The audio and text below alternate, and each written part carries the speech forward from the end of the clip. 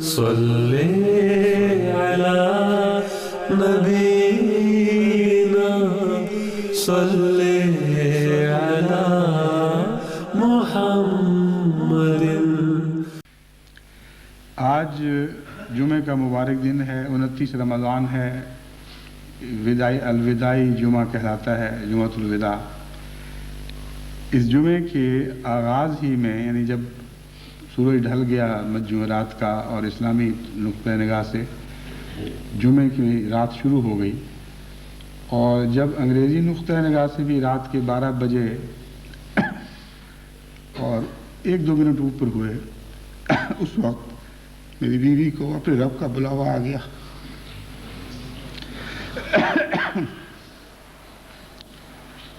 اس سے پہلے میں ان کا ذکر نہیں کیا کرتا تھا، اس کی وجوہات ہیں۔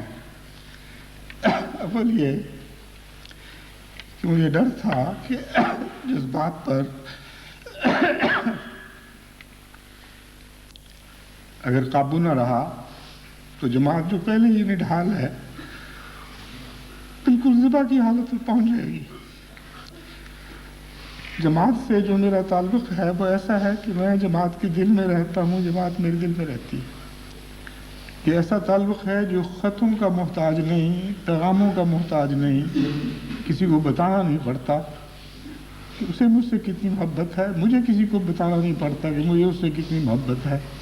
یہ ایسے جاری و ساری زندہ رشتے ہیں جو وجہ رب کا کے طفیل ہمیں نصیب ہوئے ہیں، اور وجہ رب کا کی یہ علامات ہے کہ للہ محبتیں اتنی شدت پکڑ جائیں کہ دوسری دنیاوی محبتیں ان کے مقابلے پر کوئی حیثیت نہ رکھے۔ تو ایک تو یہ خوف دامنگیر تھا کہ کہیں میرے جذبات کے غلبے کے نتیجے میں وہ احمدی جو پہلے ہی بہت شدت کے ساتھ میرا دکھ محسوس کر رہے ہیں، ان کی حالت غیر نہ ہو جائے۔ دوسرے یہ بات پیش نظر تھی کہ ضرورت ہی کیا ہے، وہ جانتے ہیں، میں جانتا ہوں، اطلاعیں مل رہی ہیں اور سب کو علم ہے کیا صورتحال ہے۔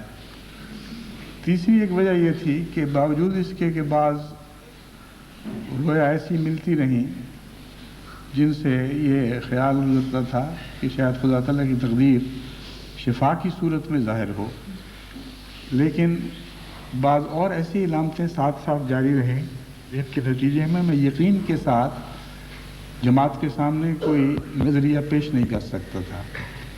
اگر خدا تعالیٰ کی طرف سے واضح طور پر وصال کی خبر ملتی تو تب بھی میں کسی رنگ میں جماعت کو تیار کرتا، اگر واضح طور پر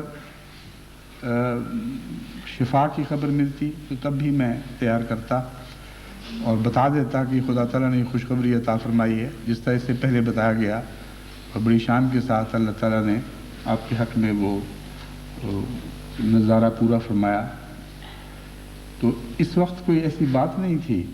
مثلا میں آپ کے سامنے اب کھول کر بیان کروں گا اس عرصے کے کچھ واقعات، اس سے آپ کو اندازہ ہوگا کہ کس گم بگو اور کشمکش کی حالت میں سے ہم گزرے ہیں۔ لیکن سب سے پہلے میں بتاؤں کہ آپ کی پیدائش 19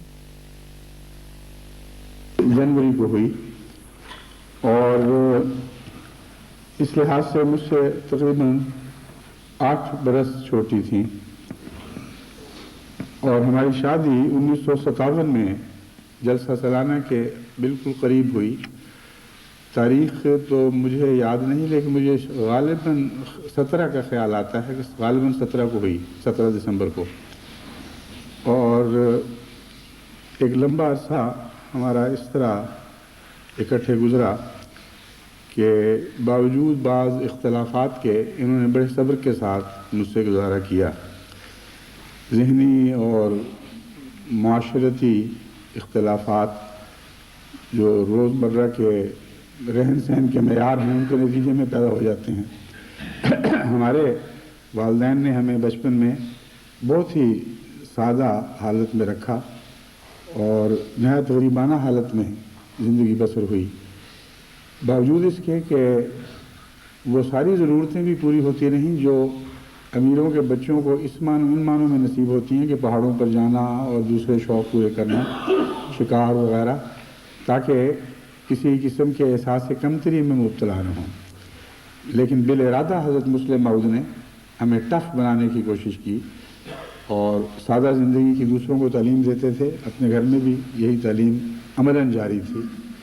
ان کے ہاں معیار زندگی ہمارے ہاں کے معیار سے بہت اونچا تھا۔ جب ہمارے گھر آئیں تو ایک واقعی زندگی کے ساتھ بھی آئی گئیں اور جس کا روزمرہ کا گزارا بھی بہت ہی معمولی تھا، تو بہت تکلیف میں وقت کاٹا، لیکن بڑے صبر کے ساتھ، کبھی مطالبے نہیں کیے، ساری زندگی میں اس پر یہ بوجھ نہیں ڈالا کہ وہ لاؤ جو تمہارے پاس نہیں ہے۔ مزاج کے اختلاف کی وجہ سے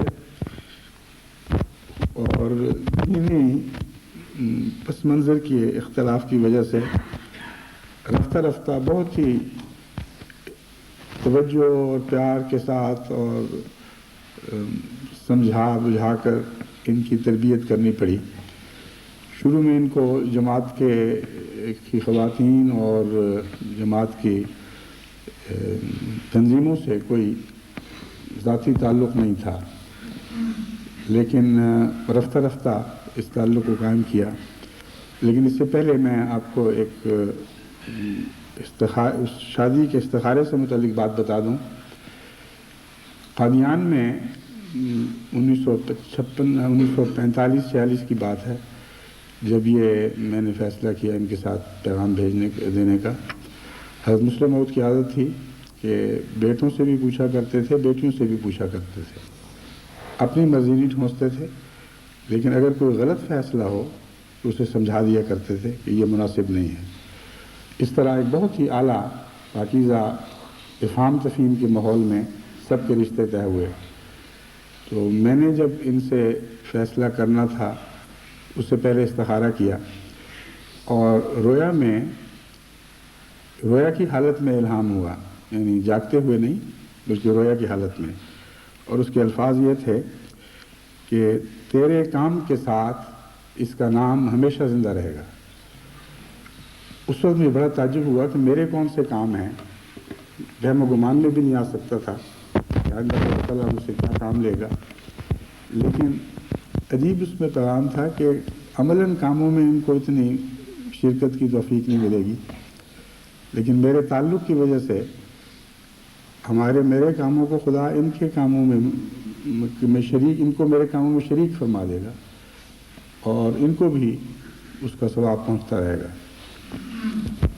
اس ثواب میں یہ ہمیشہ بڑے صبر اور رضا کے ساتھ حصہ لیتی رہیں اور مجھ سے جس حد تک تعاون ان کے لیے ممکن تھا ہمیشہ کیا، لیکن خاص طور پر قادیان کے اس سفر کا میرے دل پر گہرا اثر ہے۔ جانے سے پہلے کچھ دو تین ہفتے پہلے اچانک ان کی حالت بگڑی ہے، اور دراصل وہی وقت تھا جب پتے کا کینسر شروع ہو چکا تھا، اور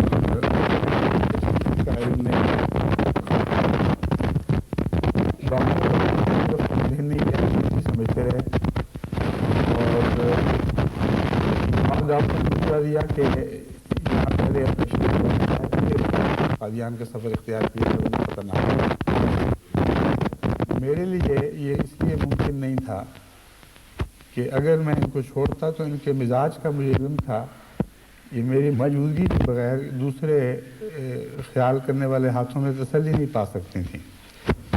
پھر بہت دفعہ بسا اوقات ہوتا تھا کہ ایلوپیتھک دوائیاں کام نہیں کرتی تو مجھے ہومیوپیتھک دینی پڑتی تھیں، اور خاص طور پر درد کے دوروں میں بہت زیادہ وہ مددگار ثابت ہوئیں۔ تو میں نے ان کے سامنے یہ معاملہ رکھا کہ میں ٹھہر سکتا ہوں، لیکن پھر قادیان کا پروگرام کینسل کرنا پڑے گا، اور ساری دنیا سے احمدی آ رہے ہیں، پاکستانی خصوصاً بڑی محبت اور شوق سے ہندوستان کے کونے کونے سے، لیکن آپ پر فیصلہ ہے، آپ بتائیں کہ آپ ٹھہریں گی یا جانا چاہیں گی۔ انہوں نے کہا میں جاؤں گی۔ چنانچہ یہ جو قربانی تھی اس نے قادیان کا تاریخی جلسہ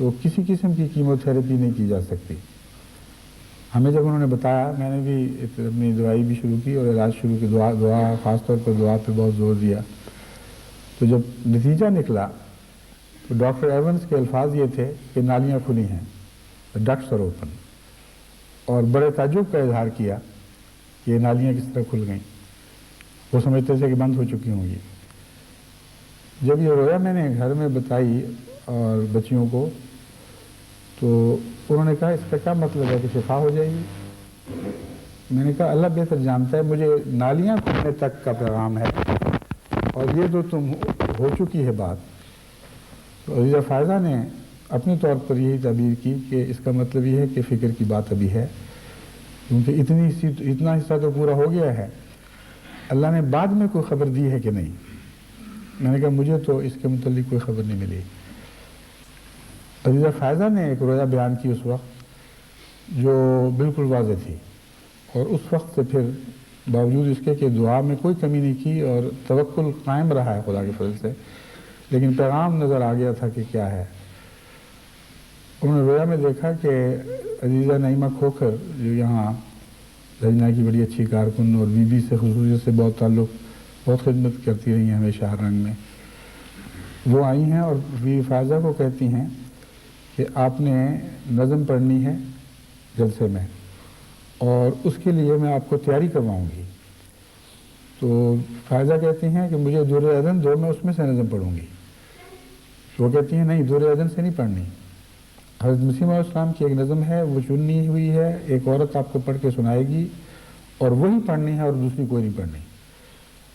حالانکہ ان کی عادت ہاتھوں کی بالکل نہیں, لیکن فائدہ حیران ہوتی ہے. لیکن جب وہ عورت نظم پڑھتی ہے تو وہ ہے ایک نہ ایک دن پیش ہوگا تو فنا کے سامنے, چل نہیں سکتی کسی کی کچھ خدا کے سامنے. یعنی اتنی سریلی اور اتنی پراثر آواز ہے کہ وہ دل میں ڈوب گئی اور سارے وجود پر ایک عجیب قسم کی سکینت طاری ہوگی, باوجود اس کے کہ بظاہر ڈراؤنی خواب تھی. یعنی پیغام موت کا ہے لیکن اس کے ساتھ ہی وہ خدا تعالیٰ نے سکینت طاری فرما دی. تو جب مجھے انہوں نے رویا سنائی تو بالکل بات ساری واضح نظر آ رہی تھی. بہت سے احمدی دوست ایسی رویا بھیجتے رہے ہیں جن سے بظاہر خوشخبری تھی, لیکن جن کو رویا کی پہچان ہو ان کو اندازہ ہو جاتا ہے کہ اس کے کوئی معنی نہیں ہیں. جو پیغامات ملا کرتے ہیں رویا میں وہ یا تصویری زبان میں ملتے ہیں یا ایک خاص انداز ہے اللہ تعالیٰ کا جو عام نظاروں سے خدا کی بھیجی ہوئی رویا کو مختلف کر دیتا ہے. چنانچہ یہ جو رویا آتی ہیں اکثر کہ ہم نے دیکھا کہ بہت بیمار ہیں, بہت خطرناک حالت ہے اور پھر ایک دم اچھی ہو جاتی ہیں. یہ اگر کوئی پیغام رکھتی ہے تو خطرناک پیغام ہے. اکثر میرا تجربہ ہے جب کسی بہت خطرناک مریض کے متعلق یہ دیکھا جائے کہ اچھا ہو گیا تو اس سے مراد صحت نہیں بلکہ وصال ہوا کرتا ہے. ایسی رویا کثرت سے آتی نہیں, اور بعض رویا ایسی تھیں جن سے رویا دیکھنے والے نے تعبیر اور کی لیکن تعبیر بالکل مختلف تھی. مثلا ایک بچی نے مجھے رویا بھیجی, کسی نے اپنی بیٹی کی رویا بھیجی کہ اس نے دیکھا کہ ایک جگہ اجتماع ہے لجنا کا, وہاں ایک غیر احمدی عورت اس پر یہ اعلان کرتی ہے کہ اشتہار میں اعلان آیا ہے کہ مرزا طاہر احمد کی بیوی فوت ہو رہی ہیں. میں کہتی ہوں اپنی امی سے کہ اس کے نیچے یہ لکھا ہوا نہیں, اس نے سنایا آپ کو کہ الیس اللہ بکافٍ عبدہ, کیا اللہ اپنے بندے کے لیے کافی نہیں ہے. اس رویا کی بھی عزیزہ فائزہ نے تعبیر سمجھ لی اور مجھ سے کہا کہ عبدہ سے یہ سن کر مجھ سے اشارتاً بات کی کہ حضرت مسیح علیہ السلام کے والد کے وصال کی جب خبر تھی تو آپ کے متعلق تھا اللہ صلی اللہ بکافٍ عبدہ, جانے والے کے متعلق نہیں تھا. جس سے میں سمجھ گیا کہ ان کو پیغام مل گیا ہے. تو بعض لوگ سمجھتے ہیں کہ رویا یوں ہی بیکار ہے یا ہم نے تو یہ تعبیر کی تھی اور وہ نکلی, لیکن امر واقعہ یہ ہے کہ رویا کا علم ایک بڑا گہرا علم ہے اور بہت ہی سائنٹیفک علم ہے. اس میں اندرونی گہرے روابط پائے جاتے ہیں اور خدا تعالیٰ کے کلام کی نشانیاں پائی جاتی ہیں۔ حضرت مسیح علیہ السلام فرماتے ہیں کہ بنا سکتا نہیں ہرگز بشر ایک پاؤں کیڑے کا، تو پھر کیوں کر بنانا، نور حق کا اس پہ آساں ہے۔ اور حقیقت یہ ہے کہ الہی پیغامات ایک خاص رنگ رکھتے ہیں اور ان کی اپنی ایک پہچان ہے، مگر علاوہ ازیں بعض دفعہ پیغام الہی ہوتا ہے لیکن تعبیر نہیں سمجھ آ رہی ہوتی، اس میں حکمتیں بھی ہوتی ہیں۔ مجھے اپنی اس رویا کی حکمت یہ سمجھ آئی کہ جس میں نالیاں کھلنے تک کی بشارت ہے، آگے نہیں تھی، کہ بیوی مجھ سے روزانہ پوچھتی تھیں کہ آپ نے کوئی رویا دیکھی، اور ہمیشہ کہا کرتی تھیں میں آپ کی دعا سے اچھی ہوں گی۔ اس پر میں بالکل بے بس تھا، جب خدا کی طرف سے کوئی واضح بشارت ہی نہیں تھی تو میں کیا کہتا۔ اس سے ان کا دل ڈوبتا تھا اس بات سے کہ مجھے کوئی بشارت نہیں ہوئی۔ چنانچہ میں پھر اس کا علاج مجھے یہ سوچا کہ میں یہی رویا بار بار بتایا کرتا تھا۔ آپ نے دیکھا نہیں قادیان میں مجھے خدا نے یہ بتایا تھا نالیاں کھل گئیں، اب دیکھیں نالیاں کھل رہی ہیں۔ دونوں ڈاکٹروں نے یہ بات کی، پہلے ڈاکٹر نے بھی انتریوں وغیرہ کی نالیاں کھلنے کی بات کی، گردوں کی نالیاں کھلنے کی بات کی، اور میدا ایک قسم کا بورچی خانہ ساتھ لگا ہوا تھا، وہاں کھانا ہوتا تھا بہترین، لیکن نالیاں بند ہونے کی وجہ سے دوسری طرف پہنچ نہیں سکتا تھا۔ تو میں نے کہا جب یہ ساری باتیں پوری ہو گئی ہیں تو پھر پریشانی کی کیا وجہ ہے؟ تو اس رنگ میں ان کو ٹالتا رہا، لیکن تقریباً 10-12-15 دن کی بات ہے، میں نے قرآن کریم کھولنے سے پہلے شدید اس خواہش کا اظہار کیا کہ خدا مجھے کچھ تو بتا، اور جس آیت پر میری نظر پڑے وہی میرا پیغام ہو۔ تو جس آیت پر نظر پڑی وہ یہ تھی ادخلوها بسلام آمنین، اس جنت میں داخل ہو جاؤ سلامتی اور امن کے ساتھ۔ اس سے پہلے ہے ان المتقین فی جنات و عیون، متقی جنات اور چشموں میں ہوں گے، ادخلوها بسلام آمنین، اس میں تم سلام اور امن کے ساتھ داخل ہو۔ تو وہ تو بالکل واضح تھا، اور اس سے پھر مجھے یہ دل میں ایک بات گڑ گئی، اس کی بنا پر نہیں بلکہ ویسے ہی مجھے یقین تھا کہ آپ جو چنانچہ پچھلے جمعے بہت سخت کرائسس آیا ہے، ایک دن چند دن 2-3 دن پہلے بالکل ٹھیک ٹھاک تھیں، اور جمعے کو بڑی تیزی سے حالت بگڑی، اور اب جمعرات کو حالت بگڑنی شروع ہوئی ہے تیزی سے۔ تو جب تک جمعہ نہیں آیا اس وقت تک آپ کی حالت سنبھل چکی تھی اور بڑے سکون سے بات کرتی تھیں، لیکن اس سکون کی بھی ایک وجہ تھی، وہ صرف بیماری سے تعلق رکھنے والی بات نہیں تھی بلکہ ایمانیات سے تعلق رکھنے والی بات تھی۔ کچھ عرصہ پہلے ہمارے ڈاکٹروں، وہاں ہاسپٹل کے ڈاکٹروں نے مجھے یہ پیغام بھیجا کہ آپ کے کہنے کی وجہ سے ہم اب تک کینسر کا نام نہیں لے رہے، اور آپ نے جو ہمیں کہا تھا، میں نے یہ کہا تھا کہ آپ گروتھ کہا کریں، گروتھ بھی تو ایک کینسر کی قسم ہے اور جھوٹ بھی کوئی نہیں ہے، لیکن لفظ کینسر نہ بولیں، اس سے ان کا دل بیٹھے گا، اور پہلے ہی نصف دل کام کر رہا ہے، بیماری اتنی شدید۔ تعاون انہوں نے بڑا اچھا کیا، عام طور پر یہ اس باتوں میں تعاون نہیں کیا کرتے، لیکن بہت ہی تعاون۔ آخر مثال پر جو ڈاکٹر ہیں انہوں نے مجھے کہا کہ اب مجھ سے یہ مزید برداشت نہیں ہو سکتا، اب میں کل لازماً بتاؤں گی۔ پھر میں نے کہا کہ وہ جو بتائیں تو پھر میں بتاؤں گا، اور ان کو میں نے کہا اگر آپ سے پوچھیں تو آپ بے شک بتائیں، لیکن میں امید رکھتا ہوں کہ آئندہ آپ سے کبھی نہیں پوچھیں گے۔ چنانچہ میں نے ان کو سمجھایا آرام سے، آہستہ سے، میں نے کہا آپ جو غیروں سے پوچھتی ہیں کہ آپ کو کینسر ہے کہ نہیں، آپ یہ بتائیں کہ کینسر کوئی ایسی بیماری ہے جسے خدا ٹھیک نہیں کر سکتا، اور اگر وہ مارنا چاہے تو وہ کینسر ہی کا محتاج ہے، نزلے والے بھی مر جاتے ہیں، شہد کی مکھی کاٹے اس سے مر جاتے ہیں، چھینک آنے سے مر جاتے ہیں، مرنے والے بغیر بہانے کے بھی مر جاتے ہیں۔ تو اللہ کے بلانے کے ہزار لاکھ کروڑ رستے ہیں، اور کینسر کوئی نعوذ باللہ خدا تو نہیں ہے۔ اگر آپ کو ایمان ہے پورا اور آپ یقین رکھتے ہیں کہ خدا ہے اور خدا تعالیٰ میں قدرت ہے، تو پھر دعا کریں، لیکن کینسر کے اوپر اتنا زور نہ دیں کہ گویا یہ بلا ایسی ہے جس کا کوئی علاج ہی نہیں۔ پھر میں ان کو سمجھایا کہ دیکھیں، آپ کو دعا آپ کو بے چینی کی ایک وجہ ہے۔ آپ دعا کرتے ہیں تو دعا کے ساتھ دعا کے قبول نہ ہونے کا تصور ہی نہیں ہے۔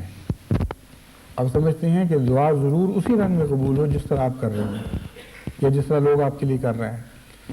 میں نے کہا یہ دعا کے انداز نہیں ہے۔ آپ کو میں سمجھاتا ہوں کہ دعا اس طرح کرنی چاہیے کہ خدا تعالیٰ کے پہلے سپرد کرے اپنے آپ کو خدا کے سپرد کر دیں، اور یہ کہہ دیں کہ ہم ہر طرح راضی ہیں، 100% تیری رضا کے مطابق ہمارا دل راضی رہے گا، مطمئن ہے، کوئی شکوہ نہیں۔ اب ہماری التجا ہے کہ ایسا کر دے، لیکن وعدہ ہے کہ ایسا نہیں کرے گا تو پھر بھی ہم تیرے ہی ہیں، کوئی اور رستہ نہیں ہے۔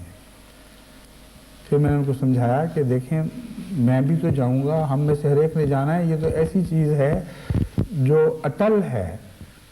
بچوں کے نام لیے گھر مہمان ٹھہرے ہوئے تھے، میں نے کہا ان میں سے ہر ایک پر ایک ایسا وقت آئے گا کہ وہ بستر آخری جان کے نہیں کی حالت میں بستر پر ہوگا۔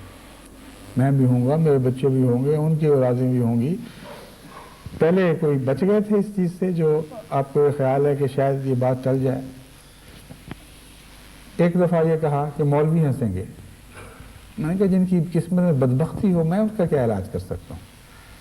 تقدیر الہی پر اگر کوئی ہنستا ہے تو اس کی بدبختی ہے، لیکن میں یہ دعا نہیں کروں گا کہ مولوی ہنستے ہیں اس لیے خدا یوں کرے۔ میں نے جو دعا آپ کو بتائی ہے طریقہ دعا کا، وہ یہ ہے، مجھے تو یہی پسند ہے۔ یہ سنتے سنتے رفت پیدا ہو گئی، ہاتھ سے باہر میں کہا بس کریں، بس بہت ہو گئی۔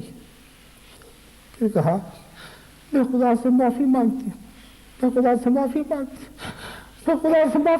ہوں، اس سے خدا غلطی ہو گئی، خدا مجھے معاف کر دے، آئندہ کبھی میں ایسی حرکت نہیں کروں گی، کبھی کسی کا ایسے نہیں پوچھوں گی، اور اس عہد پر آخری دم تک قائم رہی۔ یہاں تک کہ مس ہارپر نے کل کسی کو کہا حیرت سے کہ عجیب بات ہے کہ جب تک میرا کہا انہوں نے ان سے بات نہیں کی، کوئی مجھے نہیں پتا کیا بات کی ہے، سخت بے چین تھیں اور بار بار مجھ سے پوچھتی تھیں بتائیں کیا بیماری ہے، میں ٹھیک ہو جاؤں گا کہ نہیں۔ کہ اس کے بعد ایسا اطمینان ہے کہ کوئی بے چینی کا اظہار نہیں اور بالکل بے قراری کا اظہار نہیں، نہ مجھ سے پوچھا نہ بات کی، مجھے ضرورت نہیں پڑی۔ تو اللہ کے فضل سے وہ بات کو سمجھ کر آخری دم تک وفا کے ساتھ اس عہد پر قائم رہی، غیر اللہ کی طرف نہیں دیکھا۔ آخر پر یہ حالت تھی کہ بجائے اس کے کہ ہم ان کو تسلی دیتے، وہ ہمیں تسلی دیتے۔ مجھے کہا کہ آپ بس کریں، اتنا نہ فکر کریں، اتنا غم نہ لگائیں۔ میں نے جواب دیا کہ بی بی میں مجبور ہوں، مجھے تو دور کے غم بھی تکلیف دیتے ہیں، کسی کونے میں بیمار ہو میں بے چین ہو جاتا ہوں۔ پاکستان میں ہم جو کی تکلیف لگے جان نکالے رکھی ہے، کبھی اتنا عذاب میں مبتلا نہیں ہوا جتنا پاکستان کی خبروں سے خبریں آتی تھیں کہ ہم جو کی تکلیف سے ہوتی تھی۔ تم تو میرے قریب ہو، تمہارا دکھ تو میری آنکھوں کے سامنے میرے پاس ہے بالکل، یہ کیسے ممکن ہے کہ میں محسوس نہ کروں؟ ہاں اللہ صبر کی توفیق بتا دیتا ہے، میرا حال مشتکی ہے، غیروں پر نہیں کھلنا، کوشش کرتا ہوں کہ نہ کھلے، لیکن یہ کہو کہ تکلیف نہ ہو، میں کہ میرے بس کی بات نہیں۔ پھر اشارے سے کہا ٹھیک ہے میں سمجھ گئی ہوں، لیکن بعد میں مجھے یہ کہا کرتے ہیں کبھی کبھی آپ گھبرانا نہیں۔ کل باوجود اس کے کہ کینسر کی اس بیماری میں شدید تکلیف اور عذاب میں مبتلا ہو کر لوگ مرتے ہیں، کہ اللہ کا عجیب احسان تھا کہ آخری وقت میں بڑی سکون تھیں۔ بچوں کو میں نے کہا میں بچوں کو بلاتا ہوں، بلایا بھی، کہتی نہیں بلانا نہیں، ان کو گھبراہٹ ہوگی۔ میں نے بلایا تو میں نے کہا یہ بات نہیں میں مانوں گا، ان کا حق ہے، میں مجبور ہوں، ان کو ضرور بلانا ہے۔ نظر آ رہا تھا کہ جا رہی ہیں، تو بچیاں آئیں، ان سب کو یہی کہا کہ گھبرانا نہیں، میں ٹھیک ہو جاؤں گی، اپنا گھبرائیں۔ مجھے پھر کہا ایسے کہ آپ جائیں، آپ روزے پہ جائیں، نماز پہ جانا ہے آپ۔ میں نے کہا میں آ جاتا ہوں، کہ نہیں آپ نے واپس نہیں آنا، لیکن میں نے کہا نہیں وہ تو میں نے نہیں آنا ہے۔ چنانچہ آخری اطلاع جو ملی ہے رات 12 بجے کے قریب، وہ یہی تھی مبشر کی طرف سے، اور ڈاکٹر مبشر نے میری خدمت کی ہے، اطلاع آئی ہے کہ حالت سخت شدید ہے۔ چنانچہ اسی وقت میں بچوں کو لے کر گیا، تو رستے میں مبشر کا پیغام ملا، جس دن ڈاکٹر مبشر احمد کا اس پہ ٹیلی کمیونیکیشن کے اوپر، نہ اس پہ ٹرانسمیشن کے ذریعے، کہ میں گیٹ پر لفٹ کے نیچے لفٹ کے سامنے انتظار کر رہا ہوں۔ میرے ساتھ جو 2 بیٹیاں بیٹھی ہوئی تھیں، میں نے کہا تمہیں سمجھ آ گئی یہ بات کی؟ اگر حالت تشویشناک ہوتی تو مبشر بی بی کا بستر کا پہلو چھوڑ کر نہ آتا، نیچے جو آ گیا ہے، اس لیے تم اب تیار ہو جاؤ اور مجھ سے وعدہ کرو کہ صبر کا نمونہ دکھاؤ گی، کوئی ایسی حرکت نہیں کرو گی جس سے خدا تعالیٰ ناراض ہو۔ ہم نے دنیا کو صبر سکھانے ہیں، ہم اگر اس طرح بے چین ہو جائیں ان چھوٹی چھوٹی باتوں پر وجہ شروع کریں تو ٹھیک نہیں ہے۔ اور عجیب بات ہے کہ ان کی والدہ نے بھی کسی کو مخاطب کر کے کہا اب تم ویلا نہ کرنا اور صبر سے کام لینا۔ چنانچہ بچیوں نے اللہ کے فضل سے یہ شان نمونہ دکھایا ہے، پوری وفا کے ساتھ قائم رہی اپنے عہدوں پر، اور قائم ہیں، اور اللہ آئندہ بھی انشاءاللہ ان کو قائم رکھے گا۔ یہ تھے ان کے بیماری کے مختصر حالات۔ خاص بات بہت ہی مجھے دل کو بھائی وہ یہ تھی کہ ایک دفعہ میں نے کہا کہ بیوی میں آپ کے لیے بہت دعا کر رہا ہوں،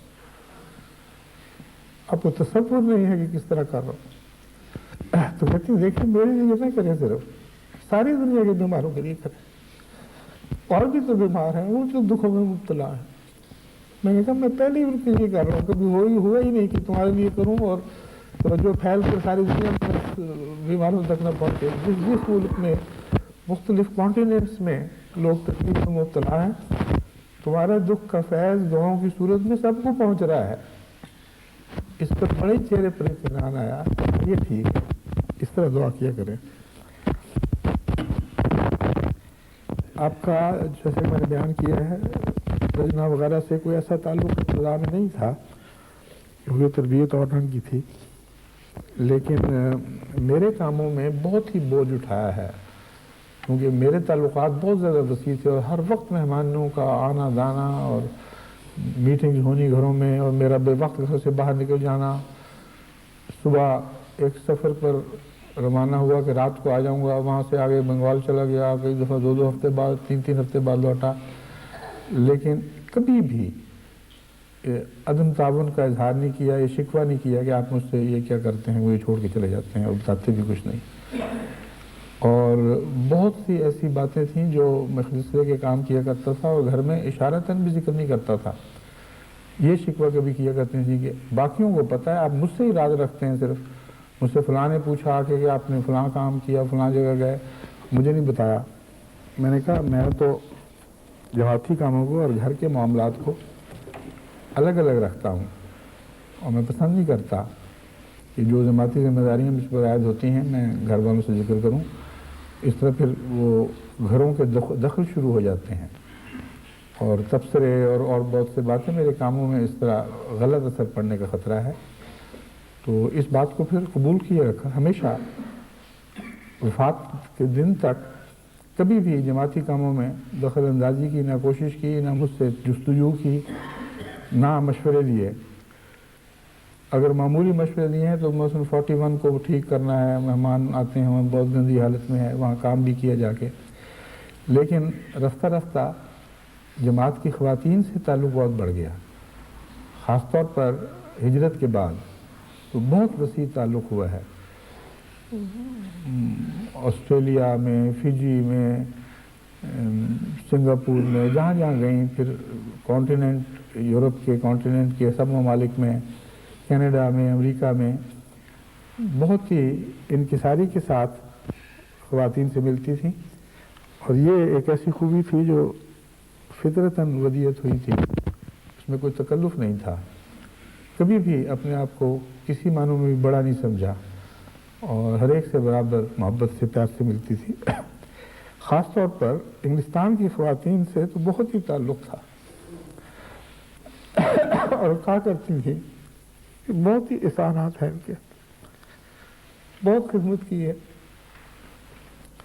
لیکن یہ تکلیف تھی کہ کسی بھی بیماری کی حالت میں نہیں مل سکتی ان سے۔ تو کیا کروں، مجھ سے برداشت نہیں ہوتا کہ اس حالت میں لوگ آگے مجھے دیکھیں، اس لیے میں اچھی ہوں گی تو پھر ملوں گی، ان کو پیغام دے دو کہ میرے دل میں قدر ہے، میں احسان فراموش نہیں ہوں، میں جو روکتی ہوں مجبوری ہے میری، چنانچہ میرے جس حد تک بھی ہم سے ہو سکا لجنہ معلوم کو پیغام بھیجے کہ بیوی کے متعلق غلط تصور نہ کریں، نعوذ باللہ من ذالک، آپ سے عدم تعلق کی وجہ سے نہیں بلکہ تعلق کی وجہ سے ہے، اور بہت چند تھے جن کے ساتھ اتنی بے تکلفی تھی یا بیماری کے دوران ہو گئی کہ جن کو آپ اپنے ساتھ برداشت کر لیتی تھیں اور کہتی تھی کہ انہی کی سپرد خدمت کرو۔ ان میں ایک ڈاکٹر بشرا، غالباً سردار رفیق صاحب کی بیگم ہیں، کیپٹن بشرا نرس، بہت خدمت کی ہے انہوں نے۔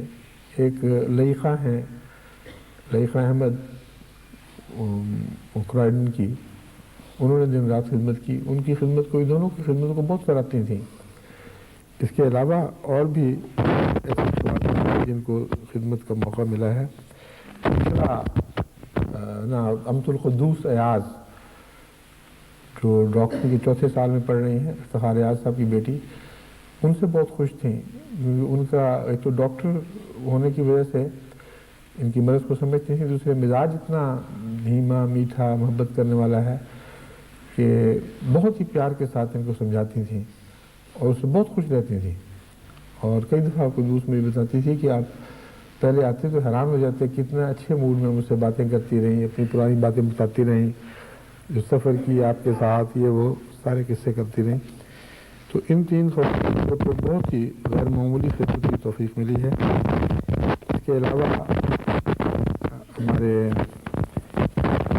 سبیہ نون صاحبہ ہیں، نعیمہ کھوکھر ہیں، اور باقی سب کو جہاں جہاں کچھ موقع ملا خدمت انہوں نے کی، لیکن مجبوری کی وجہ سے ان کو موقع دیا نہیں جا سکا۔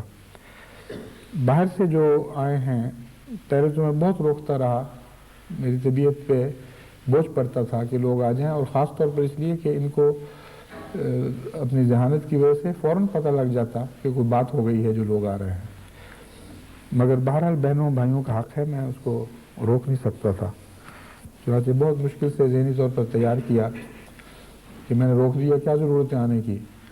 پھر کہا کہ اچھا وہ بہت اصرار کر رہے ہیں، کہتے ہیں ہمارا دل چاہتا ہے ملنے کو، کیوں آپ کیوں روکتے ہیں؟ تو پھر میں اجازت دے دوں۔ شروع میں تو کہتی تھی نہ دو اجازت، لیکن آخر بار بار میرے مختلف طریق سے کہنے پر آمادہ ہو گئی۔ پھر ان کی ہماری عزیزہ شاہدہ نسیم، ان کے بھائی نسیم کی بیوی اور نسیم دونوں آ گئے، سبیہ آ گئیں جو ان کی بڑی بہن ہیں، فوزیہ بھی چند دن ہوئے پہنچ گئیں۔ میری بہنوں نے بہت زور دیا، مگر میں نے کہا کہ نہیں، مناسب نہیں ہے، آپ لوگ ٹھہریں۔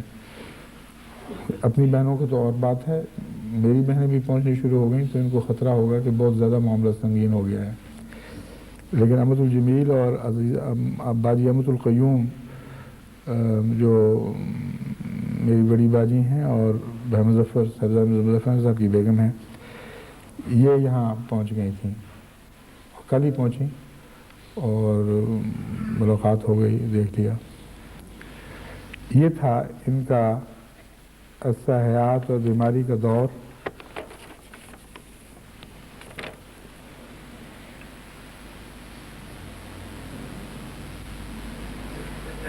بعض جو تسلی کے لیے میں باتیں ڈھونڈتا تھا، ان میں ایک یہ بات بھی تھی جس کو بڑے ہی جذبہ تشکر کے ساتھ سنا کرتی تھیں۔ میں نے کہا دیکھو، ایک مریض ہے آج دنیا میں جس کے لیے اتنی دعائیں ہو رہی ہیں کہ خدا کی قسم ساری دنیا میں کوئی مریض ایسا نہیں جس کے لیے اتنی دعائیں ہو رہی ہیں، مشرق سے مغرب تک دنیا بچے، کہ میرے خط ملتے ہیں تو اندازہ نہیں کر سکتی کتنے تڑپانے والے خط ہیں. آدمی حیران ہو جاتا ہے. کالے گورے ہر رنگ کے لوگ دور دراز ملکوں میں اس قدر بے قرار ہے. تو خدا نے تمہیں یہ سعادت نصیب کی ہے, کہاں سے کہاں تمہیں پہنچا دیا, تم شکر کرو. مجھے کہا آپ لاکھ لاکھ شکر کریں. میں نے کہا ہاں میں تو لاکھ لاکھ شکر کرتا ہوں. تو بہت ہی آخری دور میں دعاؤں کی طرف, نیک باتوں کی طرف, ذکر الہی کی طرف بہت توجہ رہی. اور جیسا کہ میں نے بیان کیا ہے آخری دنوں میں پوری طرح بغیر کسی تردد کے, بغیر کسی استثناء کے کامل طور پر راضی برضا ہو چکی تھی اور اپنے آخری وقت کا اندازہ ہو چکا تھا. رات جس وقت دم توڑا ہے کوئی تکلیف نہیں تھی, باتیں کر رہی تھی اور یہی میری دعا تھی اللہ سے بہت زیادہ کہ اے خدا آرام سے اٹھانا. بشرا نرس جو ساتھ تھیں انہوں نے کہا کہ باتیں کر رہی تھی کوئی تکلیف نہیں تھی, بڑے سکون میں تھیں. تو ایک بات کے بعد دوسری بات نہیں آئی. تو میں نے دیکھا تو گھبرا کر میں باہر گئی. ڈاکٹر نے آ کے دیکھا, اس نے کہا تو دم توڑ چکی ہے. تو اس طرح خدا نے اس التجا کو قبول فرما لیا اور بڑے سکون کے ساتھ رخصت ہوئی ہیں. ان کی نماز جنازہ انشاءاللہ کل اسلام آباد میں نماز کے بعد یہ طے ہوگی. لیکن اس نماز جنازہ کے ساتھ میں ایک اور نماز جنازہ غائب کو شامل کرنا چاہتا ہوں, اور وہ ایک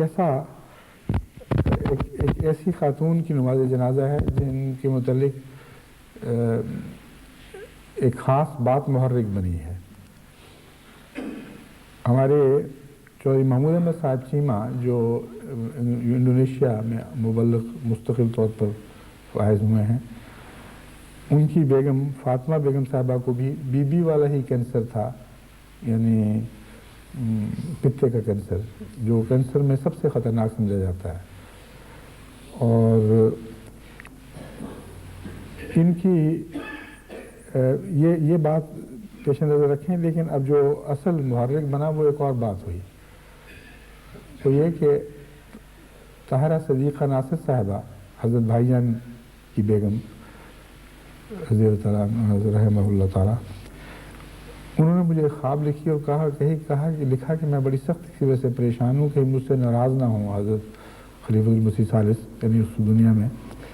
کہ میں نے دیکھا ہے کہ وہ رویا میں کہ وہ آتے ہیں اور میری طرف کوئی توجہ نہیں کرتے, اور ایک معمولی سی عام سی عورت ہے, لڑکی ہے, اس کے ساتھ شادی کرتے ہیں اور اس کے ساتھ شادی کر کے اس کو لے جاتے ہیں, اور وہ اس کے باپ کا نام دوست محمد ہے. تو جب یہ رویا میں نے پڑھی تو اسی وقت میں نے آفاقی نظر ڈال کے دیکھا کہ کون ایسا ممکن ہے خدا کے نزدیک جس کا اتنا مرتبہ ہو کہ عالم بالا میں خلیفہ وقت اس کے استقبال کے لیے تیاری کرے, اور خلیفہ یعنی سابق خلیفہ اس کے استقبال کی تیاری کرے, اور ویسے دیکھنے میں معمولی سے انسان ہو. تو میں نے ان کو تعبیر تو اسی وقت لکھ دی. جب میں نے نظر ڈالی تو مجھے یہی نظر آئی فاطمہ بیگم. میں نے لکھا کہ فاطمہ بیگم کے وصال کی خبر ہے, آپ کے لیے پریشانی کی کوئی بات نہیں, اور ان کو ملیں, میری طرف سے عیادت کریں اور سلام پہنچائیں. چنانچہ وہ گئیں اور مجھے تعجب بھی کیا کہ آپ نے کیسی تعبیر کی ہے. اصل بات یہ ہے کہ وہ ایک بہت ہی فدائی اور غیر معمولی صابرہ واقف زندگی عورت تھی. خاوند نے وقف کیا, 41 سال شادی میں سے کے عرصے میں سے صرف 11 سال کٹھے رہنا نصیب ہوا اور 30 سال جدا رہے, اور نہایت غربت کی حالت میں زندگی بسر کی. ساری عمر شادی کے 41 سال کوارٹروں میں بسر ہوئی. ان کی 4 بچیاں ہیں, ان کو بڑھانا ان کی دیکھ بھال سب خود کی, شادیاں بھی ان کی خود کی, اور خامن تو ایک الگ دنیا میں بسنے والے انسان تھے. ان کا اپنی بیوی اور بچیوں کے سود و زیاں سے گویا کوئی بھی تعلق نہیں تھا, اور کلیتاً ذمہ داری انہوں نے قبول کی. میری پہلے ان سے واقفیت وقف جدید میں ہوئی جب میں وہاں ہومیوپیتھی کیا کرتا تھا. تو کوارٹر کے اکثر مریض وہاں آتے تھے. یہ فاطمہ بیگم بھی اپنی ایک بچی کو لے کے آئیں جن کو الرجی کی بڑی تکلیف تھی. غالباً طیبہ چیمہ تھیں یا مطلفی حمید یا بشرا یا سمینہ، مجھے یاد نہیں. سمینہ تو نہیں تھی، وہ بہت چھوٹی ہیں. طیبہ اور امت الحمید میں سے کوئی تھیں، غالباً طیبہ تھیں. بہت میں نے علاج کیے، پڑھ نہیں تھیں ایم ایس سی میں یا بی ایس سی میں، سائنس کی اسٹوڈنٹ تھیں، مگر میرے علاج سے کوئی فائدہ نہیں ہوا. لیکن مسلسل آتی تھیں، کہتی تھیں آپ پہ مجھے اعتماد ہے، آپ علاج کریں پھر بھی جو بھی ہے. تو اللہ تعالیٰ نے بعد میں کسی اور ذریعے سے شفا بخش دی. اس وقت میں نے ان کو قریب سے دیکھا ہے اور اتنی ہی واقفیت ہے. بڑی صابرہ شاکرہ، کوئی کسی قسم کا تصنع نہیں، کوئی ریا نہیں، بہت سادہ زندگی، فدائی سلسلے کی. 10 سال تک صدر لجنہ بھی رہیں اور قرآن کریم پڑھانے کا بہت شوق تھا، خود بھی بڑے شوق سے سیکھا. دوست محمد کے متعلق مجھے خیال آیا کہ ان کے والد ضرور کوئی صحابی ہوں گے یا کوئی بزرگ ہوں گے، ورنہ ان کا نام دوست محمد نہ بتایا جاتا.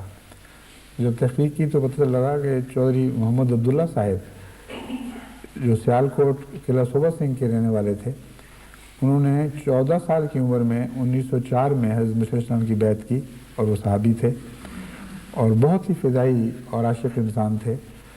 اکثر زندگی کا حصہ وہی عمارت کے صدر امیر رہے اور گھٹیالیاں کالج بنانے میں بھی انہوں نے بڑی محنت کی. یہ اس دور کے لوگ ہیں جن میں پٹواریوں میں ولی پیدا ہونا بہت شاذ کی بات ہوا کرتی تھی. لیکن حضرت مسیح علیہ السلام کی صداقت کا یہ بھی ایک نشان ہے کہ پٹوار خانوں سے اولیاء پیدا کر دیے. اور ان کی بھی 4 بیٹیاں تھیں، فاطمہ بیگم کی بھی 4 بیٹیاں اور میری بھی 4 بیٹیاں. تو جب میں نے غور کیا تو یہ سارے تعلق قریب آ گیا اور بیماری بھی وہی تھی.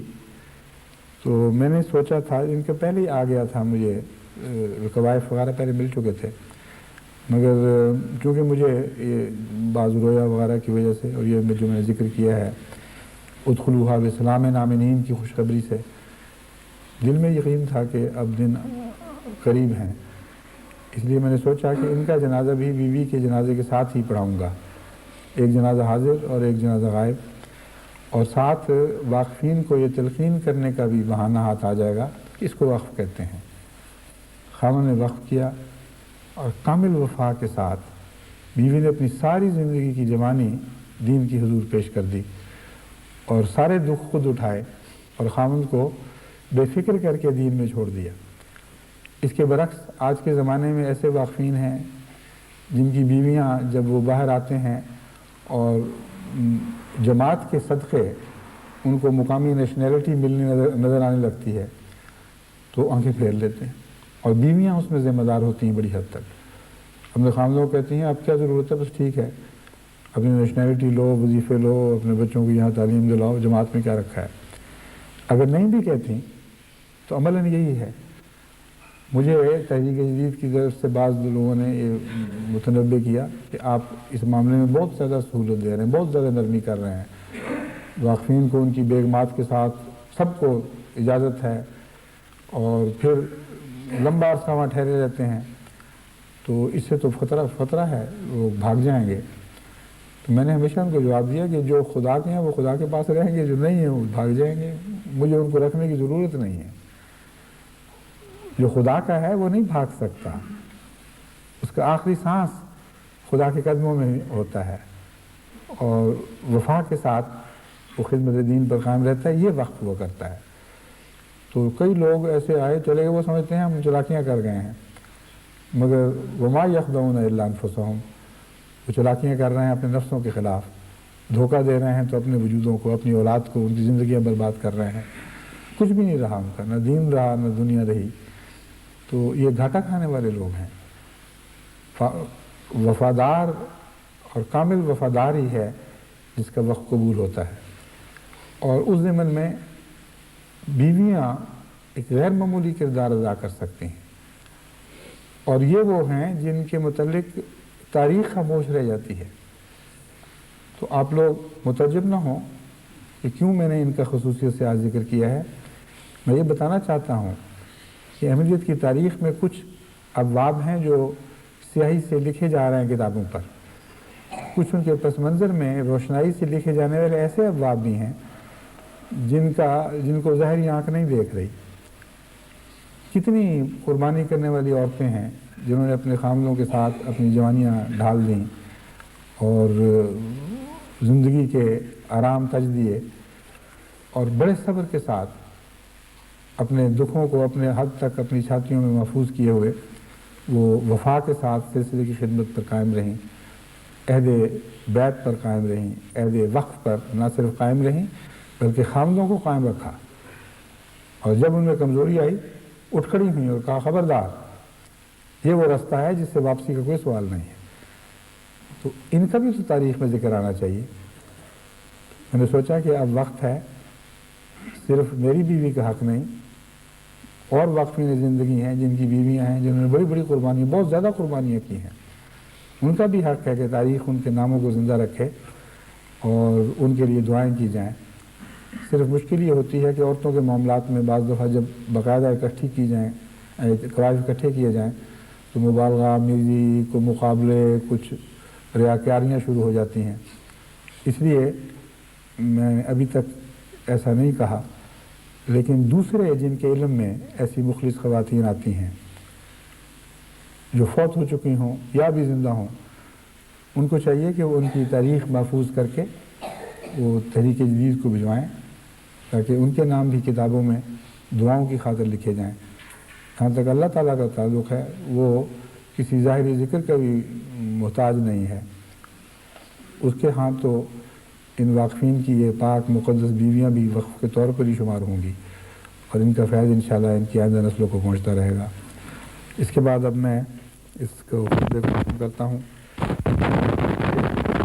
سب کو سلام، کیونکہ وہ بار بار اظہار تشکر کرتی تھیں کہ جماعت کتنی پیاری، کتنی دعائیں کر رہی ہے. اللہ تعالیٰ انہیں بڑی رحمت کرے اور ہم سب کا بھی نیک انجام کرے اور ہماری اولادوں کو پوری وفا کے ساتھ دین حق پر قائم رکھے اور خدمت دین کی توفیق یہی نسلیں نہ پائیں بلکہ نسلوں میں بعد نسلیں قیامت تک ہماری اولادیں خدمت دین کی پوری وفا کے ساتھ توفیق پاتی رہیں.